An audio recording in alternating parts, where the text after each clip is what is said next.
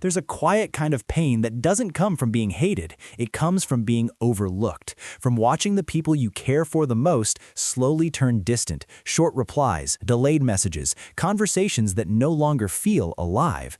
You start asking yourself questions you never asked before. Did I do something wrong? Am I asking for too much? Why does caring feel so one-sided now? This video is for people who give deeply, for those who show up, listen, remember details, and stay longer than they should, and who are now facing something confusing and heavy, being ignored by the very people they once protected, supported, and prioritized. The hardest part isn't that they're ignoring you, it's that they're doing it after you gave them your best. If you're drawn to calm, psychological-based reflections on emotions, relationships, and the inner life, subscribe to Quiet Insights. This space is for people who think deeply and feel even deeper.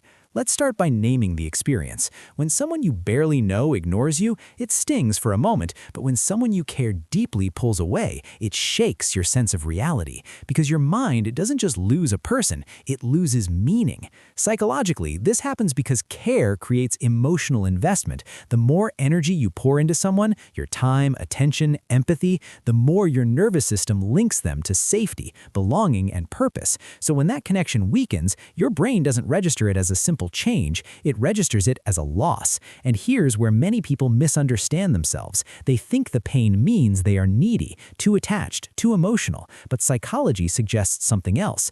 People who care deeply often have high relational sensitivity. They notice emotional shifts faster. They sense distance before it's spoken. They feel changes in tone, timing, and warmth long before others admit them. So when someone starts ignoring you, you don't just see it, you feel it.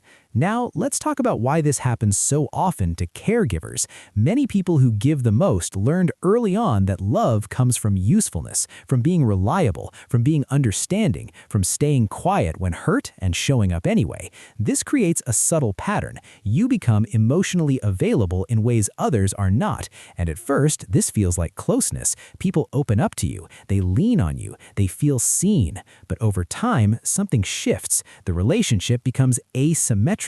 You are the one who checks in. You are the one who remembers. You are the one who adjusts. And slowly, unconsciously, the other person begins to take that presence for granted.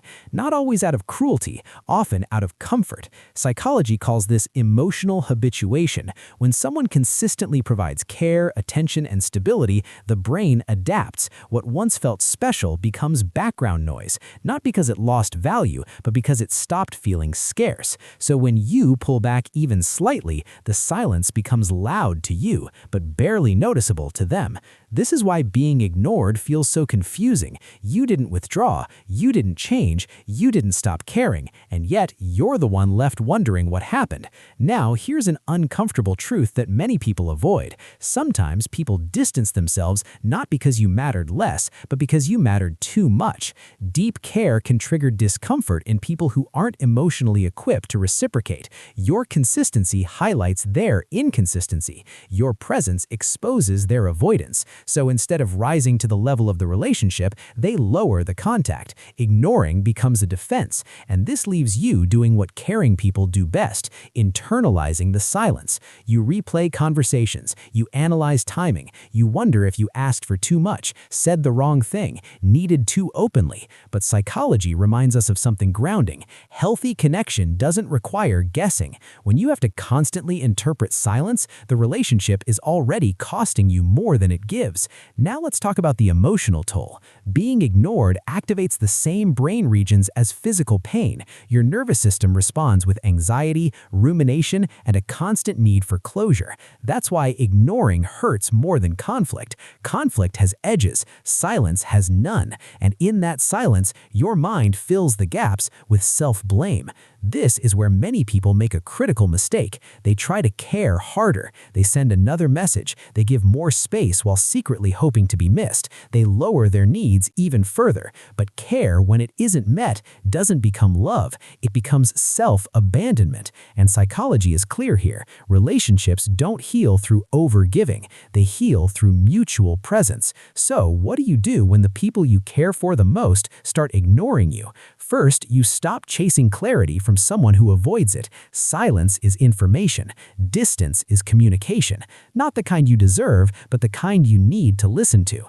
Second, you re-anchor your worth internally. Their withdrawal does not rewrite your value, it reveals their capacity. Third, and this is the hardest, you allow grief, not just for the person, but for the version of the relationship you believed in, because part of healing is accepting that some people benefit from your care, but cannot hold it responsibly.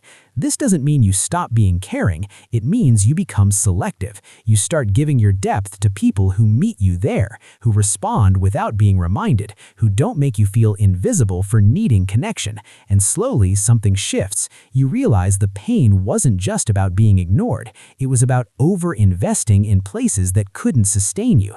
That realization is painful, but it's also freeing, because it returns your care back to where it belongs, with you. Sometimes the silence isn't a message to try harder, it's an invitation to come home to yourself, to stop proving your value to people who no longer notice it, and to remember that being deeply caring was never your flaw, it was simply given to the wrong hands.